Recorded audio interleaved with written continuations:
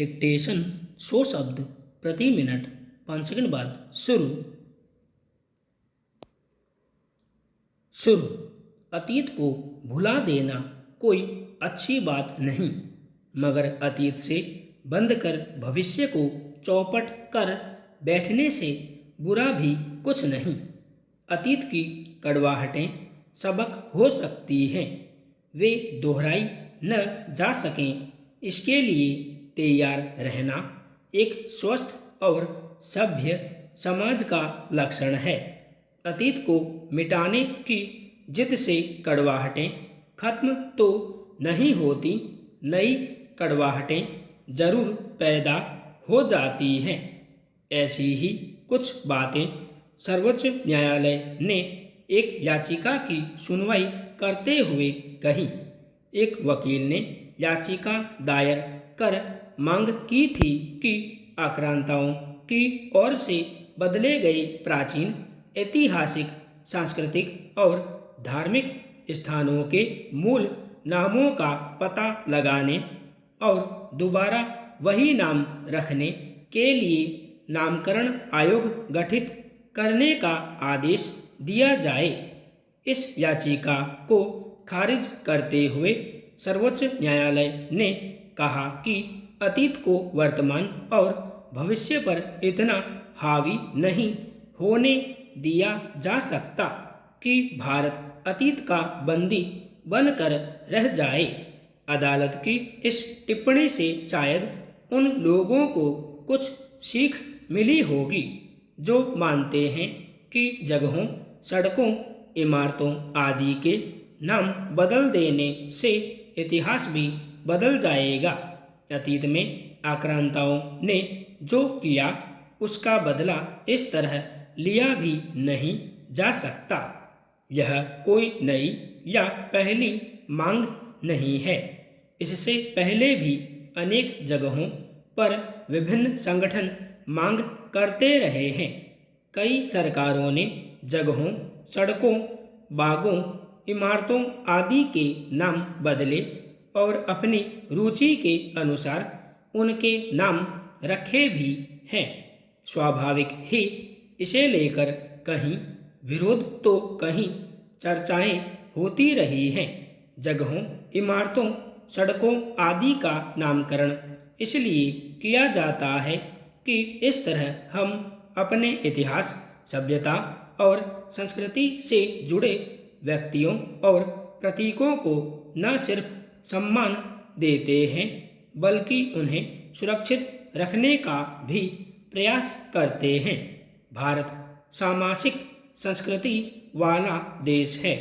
समय समय पर इसने अनेक विदेशी आक्रांताओं के आक्रमण झेले हैं, मगर उन आक्रांताओं में से जिन्होंने इस देश की संस्कृति और सभ्यता को समृद्ध करने में योगदान किया, उन्हें भी अपनी स्मृति में बचाए रखा है। उनके नाम पर भी जगहों के नाम रखे गए हैं। यह इस देश की उदारता है कि यहाँ विभिन्न धर्मों और आस्थाओं के लोग आए या विकसित हुए और उन्हें यहाँ अपनी पहचान के साथ रहने की आज़ादी मिली। ऐसे में जब हम नामों को बदलने का प्रयास करते हैं तो एक तरह से अपनी सामासिकता और उदारता को भी नष्ट करने का प्रयास कर रहे होते हैं। शब्दों की अपनी यात्रा होती है, वे खुद समय के साथ घिसकर अपनी मूल बनावट बदल लिया करते हैं। इसलिए बहुत सारे पुराने नाम बदलकर अब दूसरी शक्ल में चल पड़े हैं। इसलिए उन्हें बदल देने से कई अड़चनें तो पैदा हो सकती हैं, हासिल कुछ खास होने वाला नहीं। जब किसी जगह, इमारत या शहर का नाम बदला जाता है तो सारे दस्तावेजों में उसे बदलना पड़ता है, मगर केवल भारत में नहीं, पूरी दुनिया में नाम बदलने का चलन देखा जाता है। नई सरकार आती है तो पिछली सरकार की योजनाओं तक के नाम बदल देती है। भारत में अगर इस तरह एक बार जगहों के नाम बदलने का आधिकारिक सिलसिला शुरू होगा तो फिर उसका कोई अंत न होगा। जो नाम यहाँ के लोगों की जेहन में बसे हुए और सामाजिक संस्कृति का सूत्र बन चुके हैं, उन्हें बने रहने देने में हर्ज ही क्या। हमारे यहाँ कथा आयोजन करने कराने सुनने सुनाने की परंपरा बहुत पुरानी है। यह व्यक्तिगत और सामूहिक दोनों रूपों में आयोजित होती रहती है। व्यक्तिगत कथा के आयोजन में मनौती पूरी होना या मनौती मांगना और पुण्य प्राप्ति जैसे कारण निहित होते हैं। कथा सुनने सुनवाने से जाने अनजाने हुए पाप के धुल जाने और मोक्ष प्राप्ति की मान्यता भी काम करती है। पुराने समय में कई जगह रात्रि में अपने अपने लोक देवताओं की कथा आयोजित होती थी। अब तो पौराणिक कथाएं कई दिन तक चलने वाली होती है। इन कथाओं से आयोजकों और उनके अनुचरों को आर्थिक लाभ के साथ साथ अपने मंतव्य का प्रचार प्रसार तथा राजनीतिक लाभ भी अच्छा मिल जाता है। कथावाचक कथा के बीच में राजनेताओं के नाम लेकर खुद को और आयोजकों को उपकृत कर ही देते हैं। अन्य लाभ तो है ही। कुछ वाचक खर्चे खाते काटकर शेष राशि का उपयोग सामाजिक धार्मिक कार्यों में खर्च करने का दिखावा करते हैं।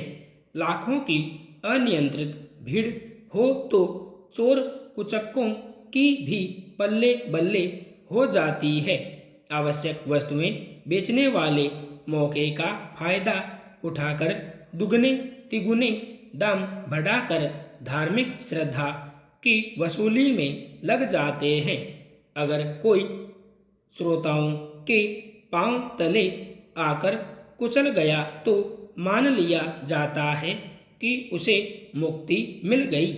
भक्तों के पैरों तले आया इसलिए परलोकगामी माना जाता है, क्योंकि मौत तो एक दिन आनी है। यहाँ आए या कहीं और क्या फर्क पड़ता है। कथावाचकों की भी यही मान्यता रहती है। कथाओं में सुजन और दुर्जन दोनों ही अपने अभिष्ट की पूर्ति और लोक परलोक दोनों में लाभान्वित होने की कामना करते हैं। आखिर यह अंधश्रद्धा कहाँ जाकर थमेगी कह नहीं सकते। सीहोर में रुद्राक्ष फेंककर बांटने को ही लें। गलती आयोजकों की होती है और दोष प्रशासन पर डालकर इतिश्री कर ली जाती है। क्या आपाधापी वाली इस प्रकार की कथाओं के आयोजन से मानसिक शांति तथा सामाजिक पारिवारिक और नैतिक मूल्यों के विकास की कामना की जा सकती है। धर्म की मंशा को लेकर कहीं हम भटक तो नहीं रहे हैं, यह हर व्यक्ति को सोचना होगा। आजकल कथाओं में लौकिक फायदे भी होते हैं, क्योंकि कथा में कथा कम रोगों के इलाज का निःशुल्क परामर्श ज़्यादा दिया जाने लगा है, जो कि एक पंजीकृत चिकित्सक का कार्य होता है। कथावाचक तमाम उदाहरणों के साथ एक ही क्रिया से बहुत सारी बीमारियों के इलाज की गारंटी देता है। अब अंधे को दो आंखें ही तो चाहिए। कथावाचकों को चिकित्सीय परामर्श के लिए न किसी पंजीकरण की आवश्यकता होती है और न श्रोता या रोगी को चिकित्सालय या चिकित्सकों के पास जाने की आवश्यकता होती है। अब तो कुछ धामों और आश्रमों के संचालकों ने अपने यहाँ कथावाचन, सह रोग परामर्श और समस्या निवारण केंद्र ही खोल दिए हैं। संपूर्ण विराम।